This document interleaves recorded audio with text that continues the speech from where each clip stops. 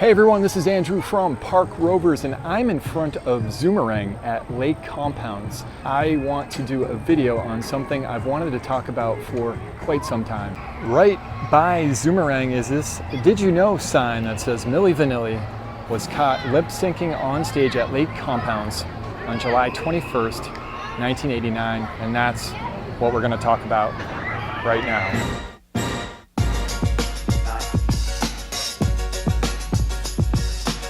You know the story, right? R&B duo Milli Vanilli gets caught lip-syncing on stage at Lake Compounce. On stage one night in July of 1989, in front of thousands of fans in Bristol, Connecticut, the unthinkable happened. Their pre-recorded vocal track got stuck. I wanted to die. Girl, you know it's good. 80,000 people. Girl, you know it's girl, you know it's girl, you know it's girl, you know. Couldn't repeat it 15 times, so I stopped. I panicked. I ran off stage. 80,000 people waiting. I said, I have enough. I quit. So then Milli Vanilli's career was over, and it all happened at Lake Compounce. If you enjoyed this video, please give it a thumbs up, subscribe to Andrew, Park Rovers. that's not the full story. What? They actually won a Grammy and then performed at Lake Compounce again the next summer. I guess we'll start this video over then.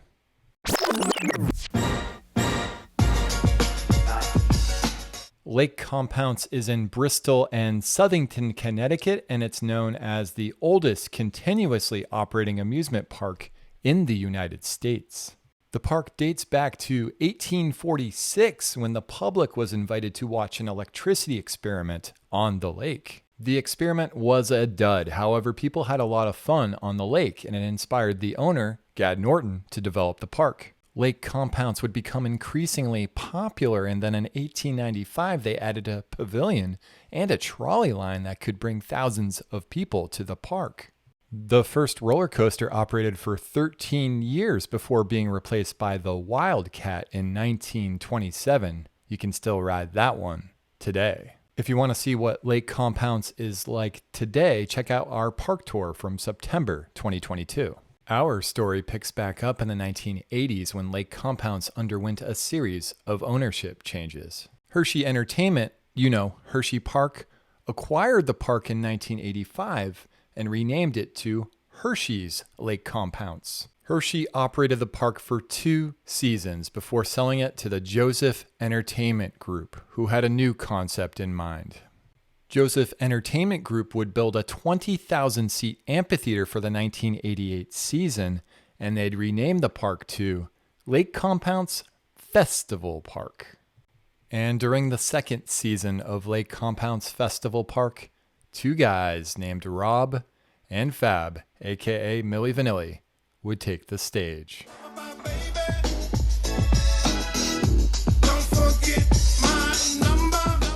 Rob Pilatus and Fab Morvan met during a dance seminar in Los Angeles.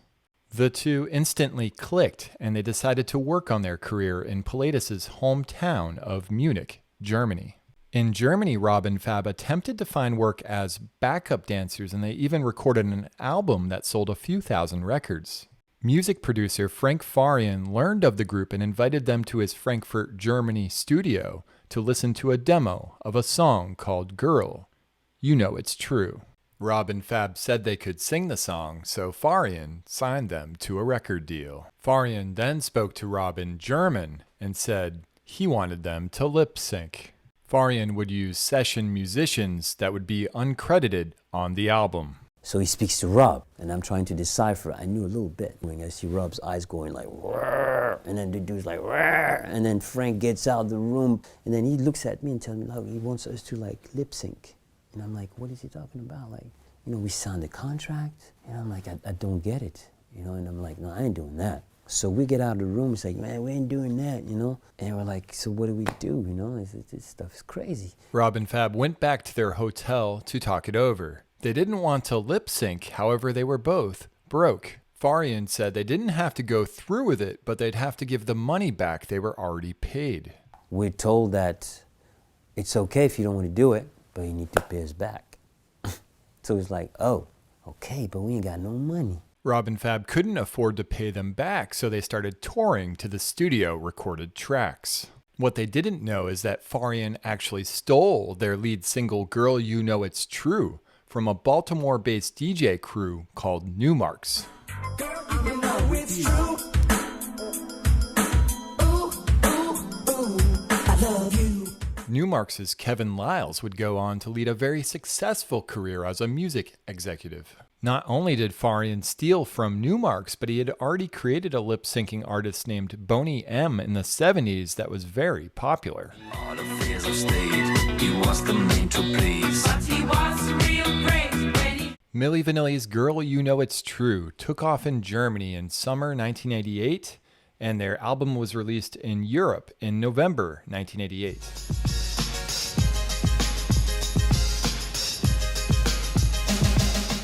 Their album would be released in March 1989 in the United States with the singles Girl You Know It's True, Baby Don't Forget My Number, Girl I'm Gonna Miss You, All or Nothing, and Blame It on the Rain.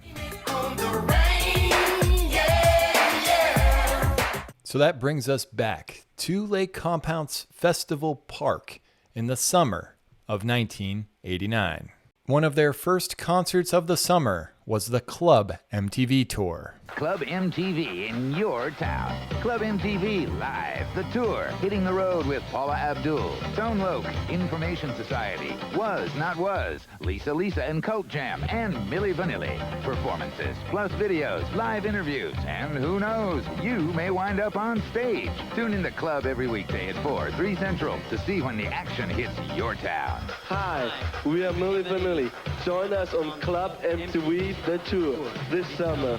So that brings us to July 21st, 1989, when it happened. Julie Brown, who used to work for MTV, ran after me. I didn't want to go back to stage. I had enough. 80,000 people waiting. I said, I have enough. I quit. So with a bit of pushing and screaming, a couple of F words, I think, as well, I got them back out there. Nobody in the crowd knew exactly what had just happened.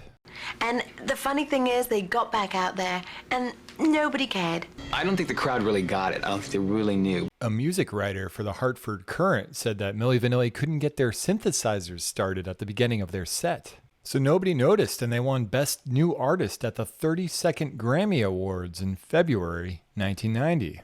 They even returned to Lake Compounce to do another concert on July 29th, 1990.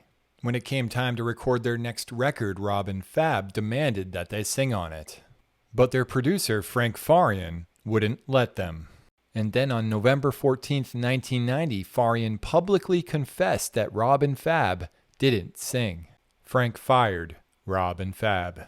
A week later, Rob and Fab held a press conference to tell their side of the story. And somehow we came in contact with some studio musician of Frank Farian. His word were on the phone, you should come up to the studio, try out. We said, okay, we come up. We came, spoke to the guy a little while, then came to the studio, did some improvisation, and then he took us in another room and told us, listen, I got that song ready. You can't go back and record that song with your own voice. So what you will do, you will front these songs, and for sure, definitely, you will sing on the next single. That's what we were told, that's what we believed, we were young, naive, and we believed him. Rob Pilatus and Fab Morvan march on and record a record with their real voices.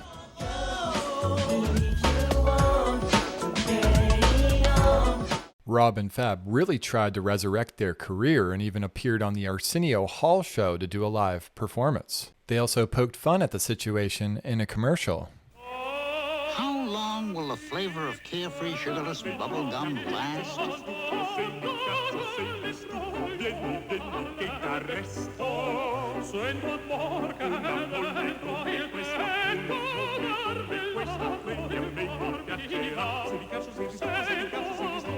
How long? Till these guys sing for themselves. Carefree sugarless bubble gum. The flavor lasts. Unfortunately, Rob and Fab's comeback wasn't successful. Rob entered a deep depression and turned to drugs and crime. At one point, Rob was bailed out of jail by his former producer, Frank Farian. Farian was helping Rob.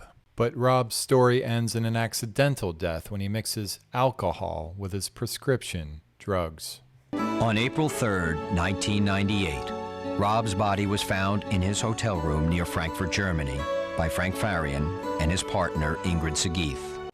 In Rob's memory, Fab continued on with his solo career. When the news came, my ears they rang. And suddenly I realized that he's not coming back from this one. We had a lot of close call before. So I looked at the horizon and I said to myself, I'm going to channel this pain into music, which I love. And I worked on an album called Love Revolution, and I dedicated a song to Rob Pilatus. But who am I to tell you what to do? But it's your life, but it's your life.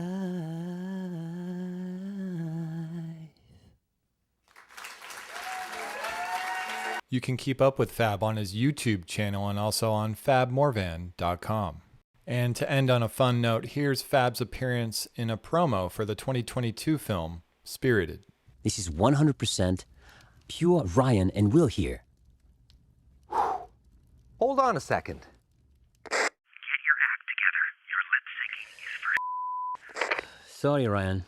It's been a long time since I've done this. I thought you sounded great, Ryan. Thank you, Will.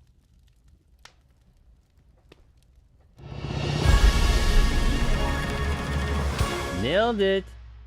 Well, I hope you enjoyed this video about the lip sync incident that occurred here at Lake Compounce. And if you like this video, please subscribe to Park Rovers. See you next time.